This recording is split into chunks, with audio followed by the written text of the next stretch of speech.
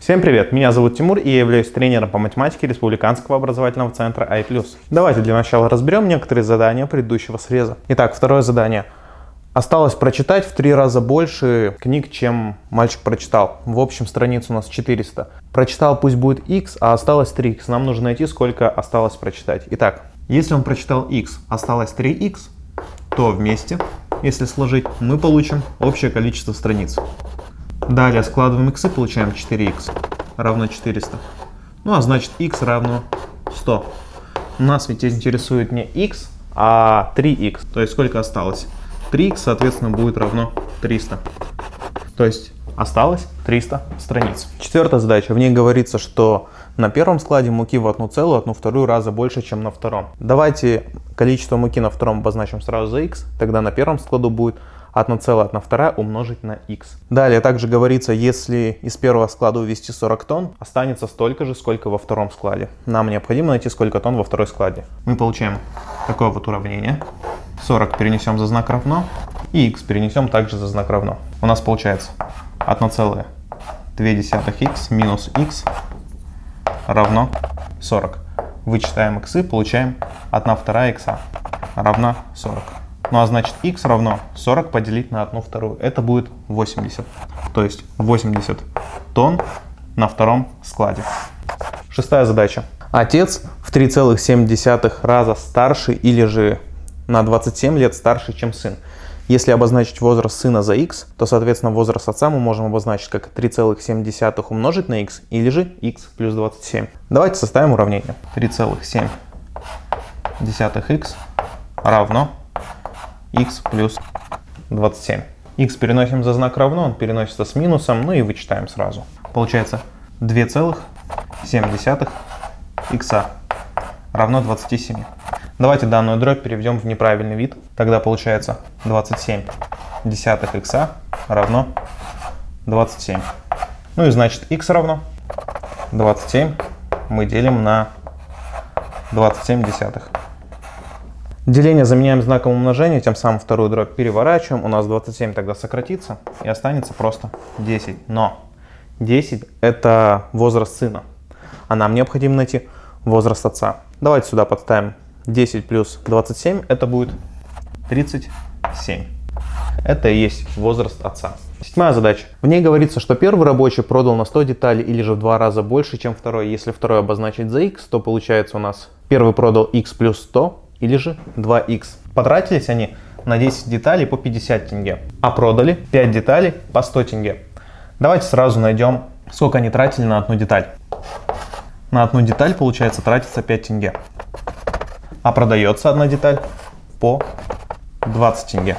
Итак, нужно посчитать прибыль второго. Давайте составим здесь уравнение. Это получается x плюс 100 равно 2x. Решая данное уравнение, мы получаем x равное 100 деталей продал, получается, второй рабочий. Если он на изготовление одной детали тратил 5 тенге, а на продажу одной детали получал 20 тенге, то, соответственно, с одной детали у него прибыль получается 15 тенге, а со 100 деталей прибыль будет равна 1500 тенге. Далее, 10-я задача. В двух бумажниках в общем 250 тенге. Если из первого переложить во второй 25 тенге, то денег будет в каждом бумажнике поровну. Необходимо найти изначальное количество денег в первом и во втором бумажнике.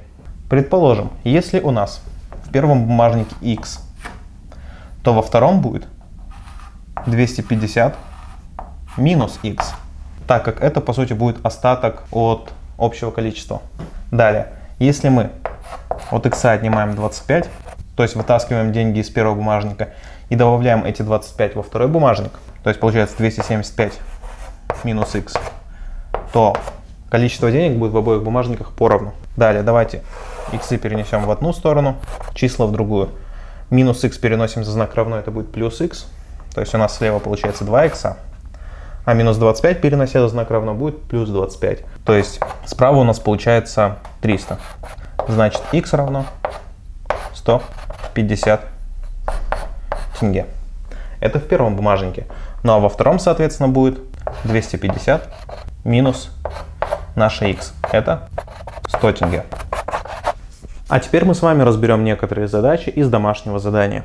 Итак, Пятая задача. Есть в общем 150 тенге, необходимо разделить таким образом, чтобы у одного было на 40 тенге больше, чем у другого. Обозначим у второго x. Тогда у первого будет на 40 больше, то есть x плюс 40. Теперь, в общем известно, что 150, мы можем к x добавить вот это значение. Давайте запишем. И получим 150. Ну а далее решаем уравнение. X плюс x это 2x, 40 переносим за знак равно, это получается 110. Ну, 150 минус 40. Далее находим x. Для этого 110 делим на 2. Получаем 55. Но 55 получает у нас второй. А нам нужно было найти, сколько получает каждый. Первый получает на 40 больше.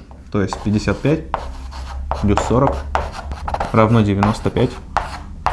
Это первое. Далее, 10-я задача. В общем, заплатили за покупку 74 тенге монетами по 2 и 5 тенге. Необходимо найти количество монет с номиналом 2 тенге, если общее количество монет 19 штук. Давайте неизвестное обозначим за x. Тогда количество монет номиналом в 5 тенге будет, соответственно, 19 минус x. Если мы это сложим, у нас как раз получается 19. Далее, если у нас монет с номиналом 2 тенге x штук, то, соответственно, выражая в тенге, это будет 2 умножить на x тенге. Аналогично здесь мы 5 умножаем на их количество, соответственно, тенге. И вот если прибавить вот эти две величины, мы получим 74. 2х плюс 5 умножим на 19 минус х равно 74. Раскроем скобки. Так, 2х плюс 5 умножить на 19 это будет 95.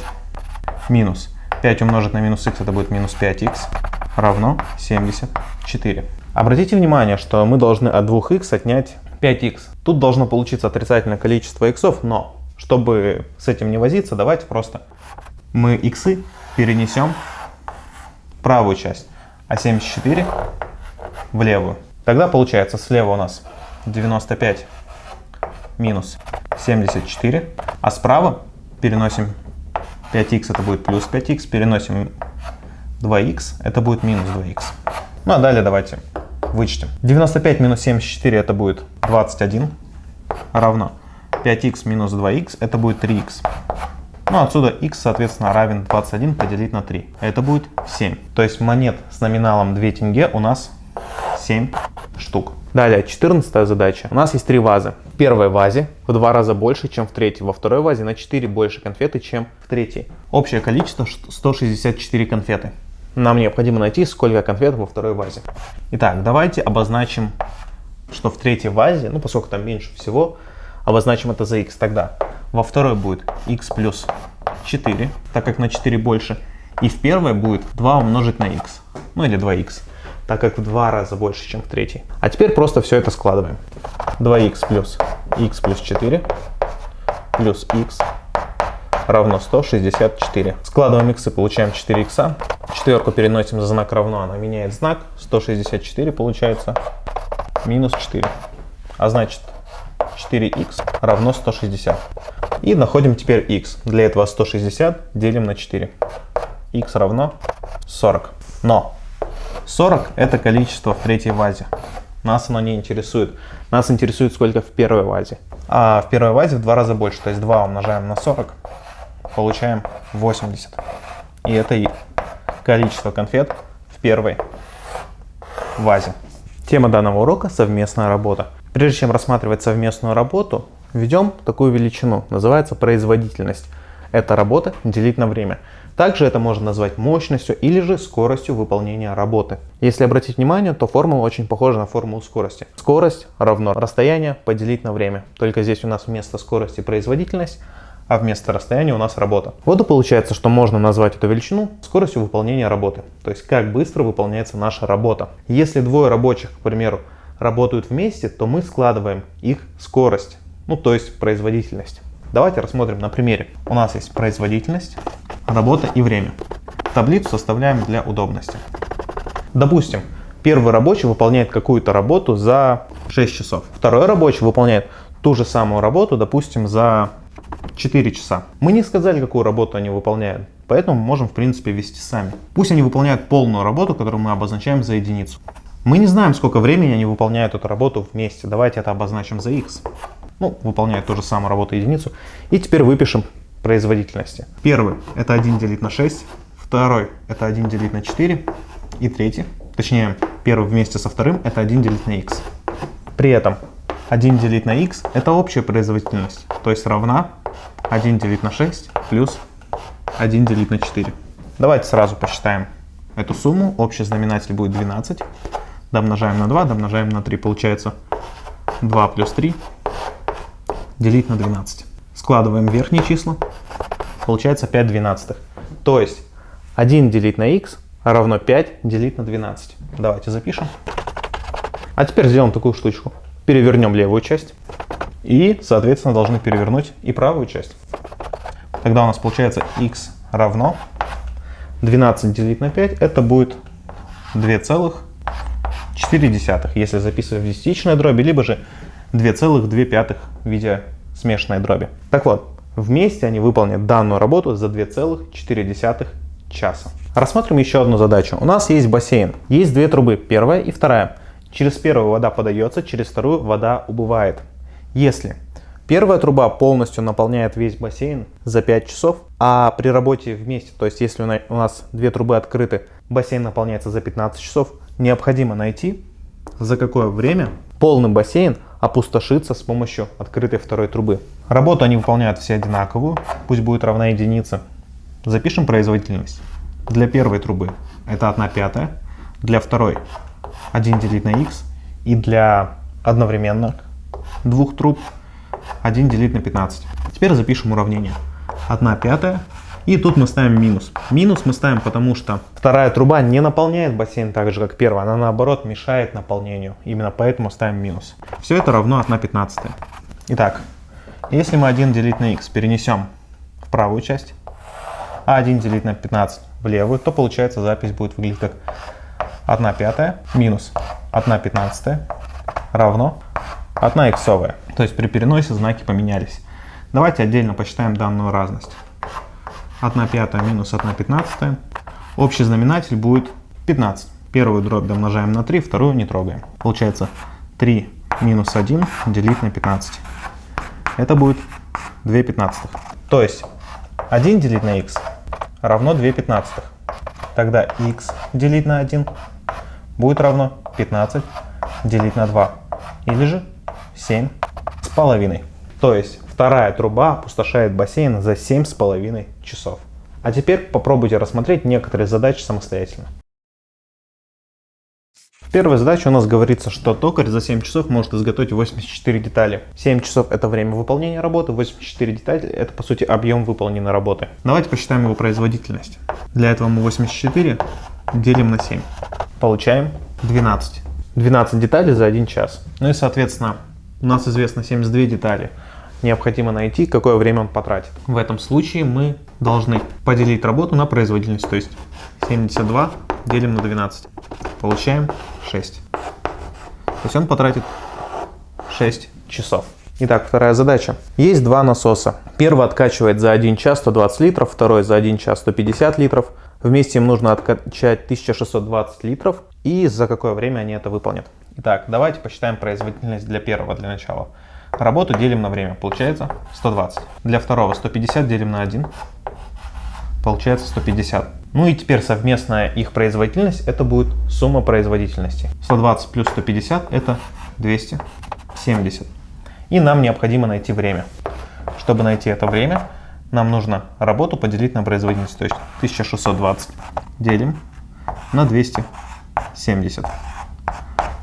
Это получается 6 часов. Они будут откачивать 1620 литров вместе. Третья задача. Тракторист Сергей вспахивает 600 гектаров за 6 дней. Если он работает вместе со своим сыном Василием, то то же самое поле они вспахают за 4 дня. Нужно найти, за какое время это поле вспашет один Василий. То есть те же 600 гектаров. Итак, производительность Сергея это 600 делить на 6. Получается 100. Производительность Сергея и Василия это 600 поделить на 4. То есть 150. Совместная производительность у них 150. Производительность Сергея 100. Значит, у Василия должна быть производительность 50. Ну и, соответственно, находим время. Работу делим на производительность. 600 делить на 50. Получается 12. То есть за 12 дней Василий вспашет эти 600 гектаров самостоятельно. И четвертая задача. У нас есть две трубы и бассейн. Первая труба заполняет за 1 час 65 литров, вторая дает 75 литров за 1 час. В общем объем бассейна 350 литров. За какое время две трубы заполнят данный бассейн? Итак, находим производительность. 65 делим на 1, это будет 65. 75 делим на 1, это будет 75. Считаем совместную производительность. Получается 140. Ну и теперь нам необходимо найти время. Как мы уже знаем, для этого нужно работу 350 поделить на производительность 140 равно 2,5 часа. На этом наш урок подошел к концу. Не забывайте выполнять домашние задания. Всем удачи, всем пока!